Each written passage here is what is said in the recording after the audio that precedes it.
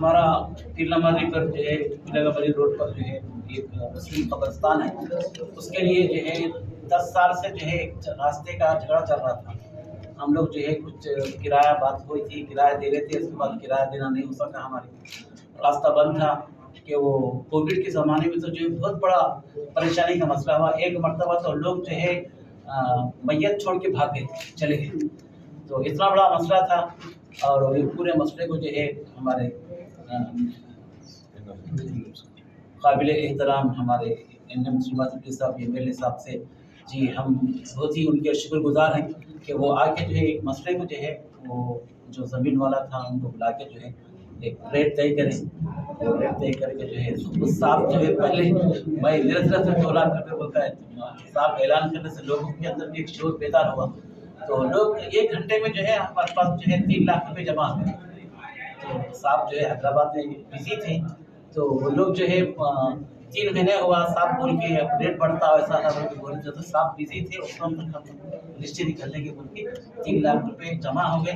7 लाख रुपए दूसरे हफ्ता से कर्जा लिए, कर्जा लेकर रास्ते का बड़ा मसला। हमारा ईद उल फितर के दिन जो है ईद के दिन रमजान के दिन बहुत से लोग जो कब्रिस्तान आते हैं फातिहा पढ़ने के लिए, दुरूद पढ़ने के लिए, उनके लिए बहुत बड़ा मुश्किल मसला था। तो अल्लाह के फजल से जो है और ईद से पहले जो है रिश्ते हो गई अल्हम्दुलिल्लाह। आज 4 लाख के दिन रिश्ते हुई, शाम में जो है रास्ता साफ हो गया। हम जो है साहब के वहाँ की मुस्लिम कम्युनिटी बल्कि हमारे पूरा मामला आधा मामला वहीं आता है जनाजे को लेके। मैं हमारे NM श्रीवास्तव साहब मैं उसकी कमेटी का इंतजामी कमेटी का सदर हूँ मैं, और ये हमारे नौजवान बच्चे जो है इसके लिए बहुत मेहनत करें। तो मैं खासतौर पर जो है MLA साहब का बड़ा शुक्रगुजार इस बड़े मसले को हल कर दिए। अब आगे की जो है कार्रवाई जो है साहब की सब बस्ती में करना है। मैं इन्हीं चंद बातों से अपनी बात को खत्म करता हूँ। अस्सलाम वालेकुम वरहमतुल्लाहि वबरकातुहू। అందరూ కలిసి కూర్చొని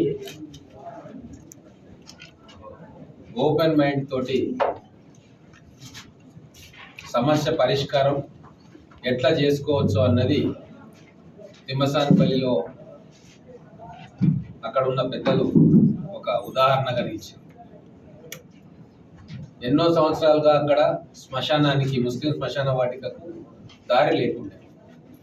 ఈ విషయాన్ని మన కాంగ్రెస్ నాయకులు అక్కడ ఉన్న అష్వాక్ హకీం గారు వాళ్ళిద్దరు నా దృష్టికి తీసుకొచ్చారు. మిగతా అక్కడ ఉన్న పెద్దలు, ఆ గ్రేవ్ యార్డ్ కమిటీ పెద్దలు, అక్కడ లోకల్గా ఉన్న వాళ్ళందరూ కూడా మా దృష్టికి తీసుకొస్తే నేను సైట్ విజిట్కి వెళ్ళడం జరిగింది. అక్కడ ఉన్న కుమ యాదవ్ సోదరులు వాళ్ళ భూమి ఉండే ఆ పెద్ద మనుషులను కూడా పిలిపించినాము, వాళ్ళతో మాట్లాడినాము. వాళ్ళు కూడా ఈ సమస్యను అర్థం చేసుకొని చాలా పెద్ద మనసుతోటి ఉదారంగా ఆ దారి ఇవ్వడానికి ఒప్పుకున్నాం. అంటే ఒక సమస్య కూర్చోబెట్టుకొని మంచి హృదయంతో అందరికీ మేలు జరగాలి అని ఆలోచన చేస్తే ఎంత పెద్ద సమస్య అయినా సరే అది పరిష్కారం అవుతుంది అన్న దానికి ఉదాహరణ ఇక్కడ తిమ్మసానిపల్లిలో వివాదం ముగిసి సమస్య సెటిల్ అయిన శ్మశాన వాటిక ఘట్టం. ఈరోజు భూమి ఇచ్చిన పెద్దలు సంతోషంగా ఉన్నారు. ఆ యాదవ్ సోదరులు మాకు మంచి రేటే వచ్చిందని హ్యాపీగా ఉన్నారు, సంతోషంగా. కొన్ని వేల మంది ముస్లిం కుటుంబాలు వాళ్ళ పెద్దలను అక్కడ సమాధి చేసి వాళ్ళ ప్రతి పండుగ రోజు, పుట్టినరోజు, వాళ్ళ పుట్టినరోజు రోజు వెళ్ళి వాళ్ళకు నివాళులు అర్పించే కార్యక్రమంలో ఇబ్బంది అవుతూ ఉండే. ఆ ఇబ్బంది తొలగిపోయింది. నా వంతుగా కూడా నేను కూడా ఆ కార్యక్రమానికి నేను కూడా అంతో ఇంతో సాయం చేసిన. ఇప్పుడు రిజిస్ట్రేషన్ కూడా ల్యాండ్ డాక్యుమెంట్స్ అయిపోయినాయి. తర్వాత దానికి ఫెన్సింగ్ చేసి రోడ్డు ఇచ్చే బాధ్యత కూడా ఆ యాదవ్ సోదరులు అడిగింది కాబట్టి అది కూడా నేనే తీసుకుంటాను. మహబూబ్ నగర్ సంస్కృతి ఇది.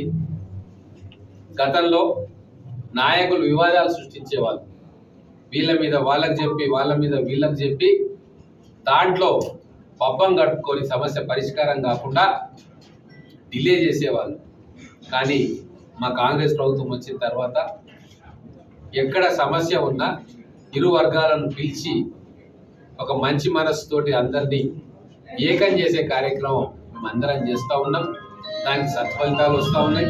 ఇదే కాదు, మౌలాలి గుట్ట మీద కూడా హిందూ, క్రిస్టియన్, ముస్లిం వీళ్ళ శ్మశాన వాటికల కోసం 15 ఎకరాలు గౌరవ ముఖ్యమంత్రి గారిని అడిగి అలాట్ చేయించడం జరిగింది. కోడ్ వచ్చింది కాబట్టి అది ఆగిపోయింది. అక్కడ కూడా దానికి పొలాలు అంటుంటే అక్కడ ఆ పొలం ఓనర్ పెద్ద మనుషులు పిలిచి మాట్లాడితే వాళ్ళు కూడా చాలా పెద్ద మనుషులతో దారి ఎదికి సిద్ధమైపోయారు. ప్రజానాయకులు అంటే వాళ్ళు, ప్రజాప్రతినిధులు ఒక అడుగు ముందుకేసి అందరితోటి మాట్లాడితే సమస్య పరిష్కారం అవుతుంది. రక్షించేవాడే భక్షకుడుగా ఈ 10 సంవత్సరాల పాలన మనం చూసినాం.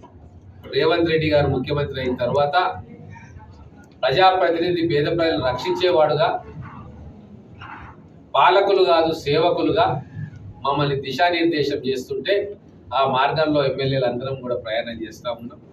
రాబోయే రోజుల్లో మహబూబ్ నగర్లో చాలా సమస్యలు, వాటి పరిష్కారం చర్చలతోటి పెద్ద మనుషులందరూ కూర్చొని పెద్ద మనసుతోటి అందరూ ఒక మెట్టు దిగి సహృదయంతో సమస్య పరిష్కారం ఆలోచిస్తే అన్ని సమస్యలు కూడా పరిష్కారం అవుతాయి అన్న నమ్మకం నాకు ఉంది. ఎందుకంటే పాలమూరు ప్రజలు చాలా మంచి వాళ్ళు, ఇతరుల సమస్యలను అర్థం చేసుకునే మనస్తత్వం ఉన్న వాళ్ళు, కష్టజీవులు, ఎవరికి కష్టం పెట్టొద్దనుకునే వాళ్ళు.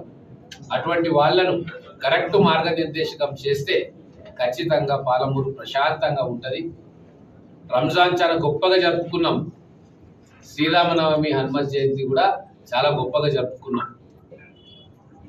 రంజాన్ పండుగ రోజు హిందువులందరూ కూడా ఈద్గా దగ్గరికి పోయి వాళ్ళకి స్వాగతం పలికి శుభాకాంక్షలు పలికింది. శ్రీరామనవమి రోజు, హనుమత్ జయంతి రోజు ఊరేగింపుకు మజ్జిగ మంచినీళ్ళు ఇచ్చి తమ సహృదయతను మైనార్టీ సోదరులు చాటుకున్నారు. ఈ పాలమూరు పట్టణం వందల సంవత్సరాల నుంచి అన్యోన్యంగా ఆప్యాయతలతోటి ఒకరి కష్ట సుఖాల్లో ఒకరు పాలు పంచుకునే ఒక మనస్తత్వంతో మన పెద్దలందరూ కూడా ప్రవర్తించారు. వారు చూపిన బాటలోనే ఈరోజు మనం అందరం కూడా నడవాలని చెప్పి పాలమూరు పట్టణ ప్రజలందరికీ కూడా విజ్ఞప్తి చేస్తాం.